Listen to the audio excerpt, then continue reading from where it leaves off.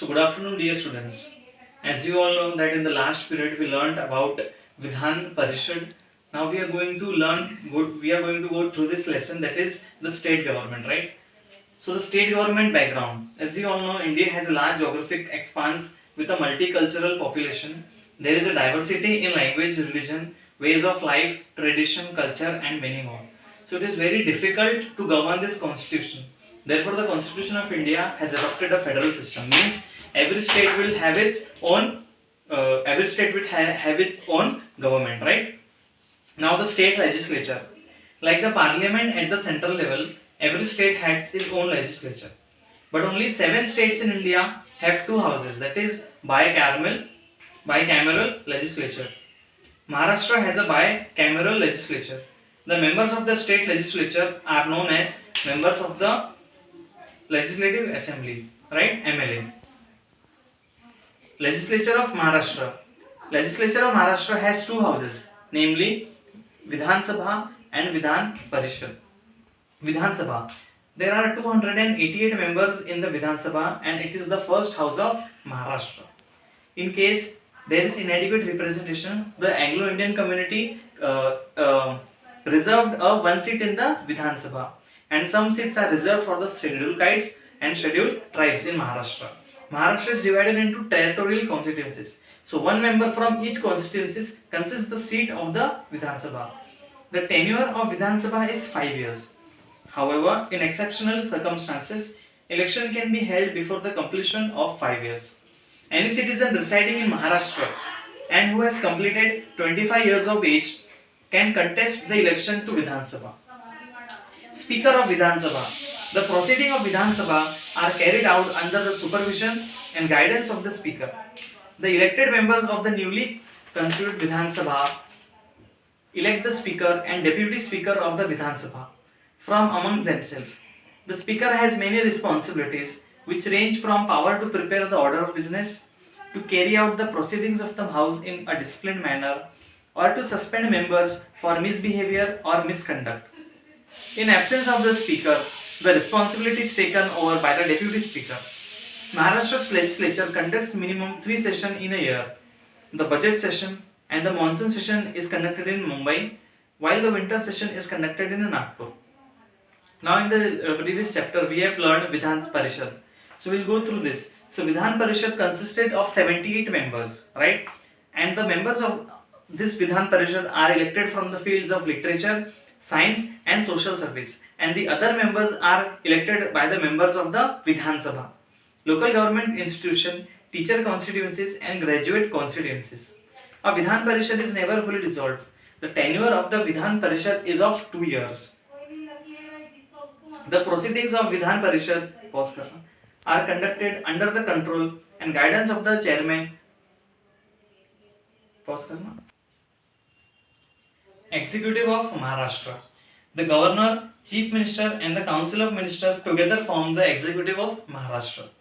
Governor. The president is the nominal head of the center, while the governor is the triangular nominal head of the state. Governor is appointed by the president and holds the office during the pleasure of the president. The governor also enjoys certain legislative powers. For example, the bill passed by the Vidhan Sabha and Vidhan Parishad are converted into laws only after receiving the assent of the governor, because if the governor signs that bill, then only it is passed. The governor has the right to summon the sessions of the state legislature. While the legislature is not in session, but the need arises to make the law, then the governor can issue an ordinance for the same. Now Chief Minister and Council of Ministers. The leader of the majority party is the Legislative Assembly. The leader and the majority party legislature assembly becomes the Chief Minister. The Chief Minister includes his trustworthy colleagues in the Council of Ministers, like the Prime Minister, who is the executive head of the Union. The Chief Minister is the head of the state executive. The government of the state is run in the name of the governor, but in reality, the administration of all the state is carried out by the Chief Minister. Now, creation of the executive state. It is the functions of the Chief Minister. What are the functions of the Chief Minister? After proving the majority, the Chief Minister forms his Council of Ministers. This is a challenging task because in order to make the council more representative, Various regions and social groups, scheduled castes, scheduled tribes, other backward classes, women and minorities have to be accommodated in the Council of Ministers. If no party secures a clear majority, different parties come together to form the government. In such case, the Chief Minister has to perform the difficult task of giving a place to all the constituent parties in the alliance. Now, distribution of portfolios. After the formation of the Council of Ministers, the Chief Minister has to distribute portfolios among the ministers. While distributing portfolios, he or she has to consider the political experience, administrative skills, awareness of public opinion, leadership qualities. While distributing the portfolios means portfolio means that positions they have to make sure that the member has the political experience. He should or he or she should have the administrative skills, awareness of the public opinion, leadership qualities, etc. Coordination between ministries department. The Chief Minister along with the Council of Ministers are collectively responsible for the Legislative Assembly. The Chief Minister bears the ultimate responsibility of the efficient administration. Absence of cooperation and coordination between departments can affect the working of the government. Therefore, the Chief Minister has to resolve conflicts between departments and ensure that they work towards the same goal and in the same direction. If there is a conflict between the ministers, the Council of Ministers, so the Chief Minister has the right, the Chief Minister has the duty to resolve that dispute and make sure that they are working towards the same goal and same direction. Leader of the state. Just as the Prime Minister leads the country, the Chief Minister leads the state. The Chief Minister has to make new policies by taking note of problems and concerns of public and work towards the welfare of the people of the state.